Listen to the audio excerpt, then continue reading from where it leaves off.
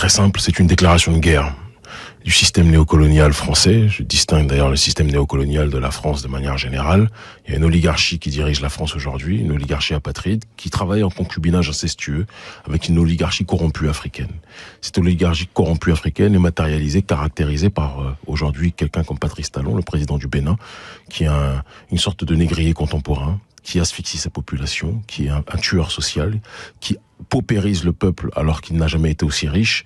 Je prends l'exemple, c'est comme s'il y a 10 bananes dans un endroit ou 10 fruits dans un endroit, vous prenez 9 fruits et vous laissez toute la population se partager le 10e fruit et vous dites que vous êtes riche et que les autres sont pauvres. Non, c'est vous qui êtes un voleur, un pilleur et c'est les autres qui sont appauvris. Patrice Talon, en arrêtant le coordinateur national de notre ONG Urgence panafricaniste, déclare la guerre au mouvement panafricain de manière générale et conforte son statut aujourd'hui de serviteur numéro 1 du système néocolonial sur le continent africain. Il est Alassane Dramane Ouattara, le président de Côte d'Ivoire, ou des gens comme Macky Sall, président du Sénégal, ont été pendant longtemps les figures de proue de la soumission aux intérêts de l'oligarchie française, de l'oligarchie occidentale. Mais Patrice Talon est aujourd'hui en train de faire une percée dans le cadre de la soumission, dans le cadre de la prostitution politique. C'est une prise d'otage.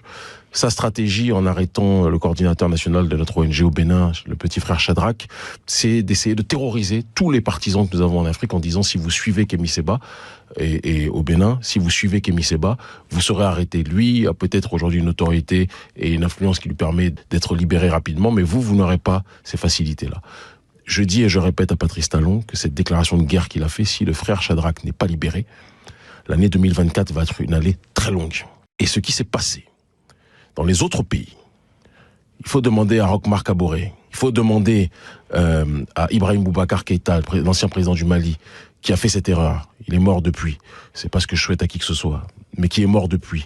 Il faut demander à Mohamed Bazoum, qui a tout fait pour nous persécuter lorsque nous étions au Niger, d'accord, et lorsque nous militions contre la France-Afrique au Niger, quel a été le sort de ceux qui se sont soumis à la France. Ce que Patrice Talon fait, il a beau être le propriétaire et prostituer le Bénin aux yeux de tout le monde, le Bénin qui est la terre d'un géant comme Béhanzin, qui est la terre des Agodjé, je le dis et je le répète, il le regrettera.